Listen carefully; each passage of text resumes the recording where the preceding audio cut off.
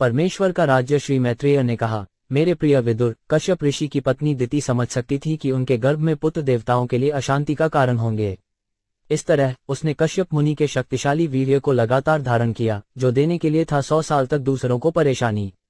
दिति के गर्भ के बल से सूर्य और चंद्रमा का प्रकाश सभी ग्रहों में क्षीण हो गया था, और विभिन्न ग्रहों के देवताओं ने उस बल से परेशान होकर ब्रह्मांड के निर्माता ब्रह्मा से पूछा, यह विस्तार क्या है? सभी दिशाओं में अंधकार।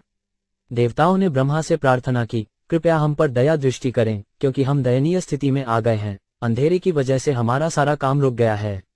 भगवान ब्रह्मा ने कहा, मेरे 4 पुत्र सनक, सनातन, सानंदन और सनत कुमार, जो मेरे मन से उत्पन्न हुए, तुम्हारे पूर्वज हैं।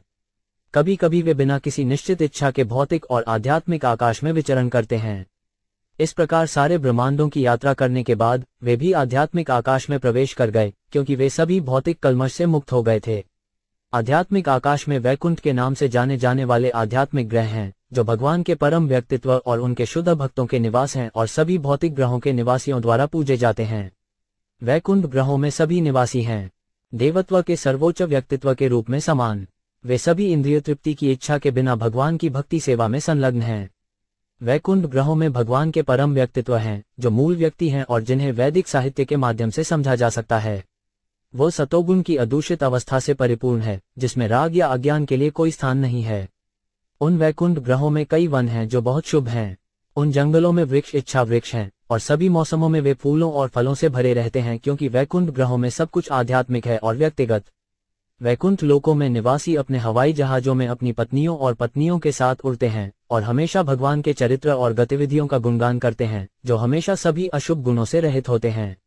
जब मधुमक्खियों का राजा उच्च स्वर में भगवान की महिमा गाता है, तो कबूतर, कोयल, सारस, चक्रवाक, हंस, तोता, तीतर और मोर के शोर में एक अस्थायी खामोशी होती है। ऐसे पालौकिक पक्षी केवल भगवान की महिमा सुनने के लिए अपना गायन बंद कर देते हैं। हालांकि मंदार जैसे फूल वाले पौधे, कुंड, कुर्बक, उत्पल, चंपक, अर्ण, पुन्नाग, नागकेशर, बकुल, लिली और पारिजात दिव्य सुगंध से भरे हुए हैं, वे अभी भी तुलसी द्वारा की गई तपस्या के बारे में सचेत हैं, क्योंकि तुलसी को भगवान द्वारा विशेष प्राथमिकता दी जाती है, जो खुद को फूलों की माला पहनाते हैं। तुलसी के पत्ते। वैकुंठ के निवासी लेपिस लाजुली, पन्ना और सोने से बने अपने हवाई जहाजों में यात्रा करते हैं। हालांकि उनकी पत्नियों से भीड़ होती है, जिनके पास बड़े कूल्हे और सुंदर मुस्कुराते हुए चेहरे होते हैं, वे अपने आनंद और सुंदर आकर्षण से जुनून के लिए प्रेरित नहीं हो सकते। वैकुंठ ग्रहों की स्त्रियां इस प्रकार हैं। स्वयं भाग्य की देवी के रूप में सुंदर। ऐसी दिव्य रूप से सुंदर महिलाएं, जिनके हाथ कमल से खेल रहे हैं और उनके पैरों की चूड़ियां झंझना रही हैं, कभी कभी भगवान के परम व्यक्तित्व की कृपा प्राप्त करने के लिए संगमरमर की दीवारों को साफ करती हुई दिखाई देती हैं, जो अंतराल पर सुनहरी सीमाओं से सजी होती हैं। इस प्रकार सनक, सनातन, सनंदन और सनत कुमार जैसे महान संतों ने आध्यात्मिक जगत में वैकुंठ पहुंचने पर अपने रहस्यवादी योग प्रदर्शन के प्रभाव से अभूतपूर्व प्रसन्नता का अनुभव किया।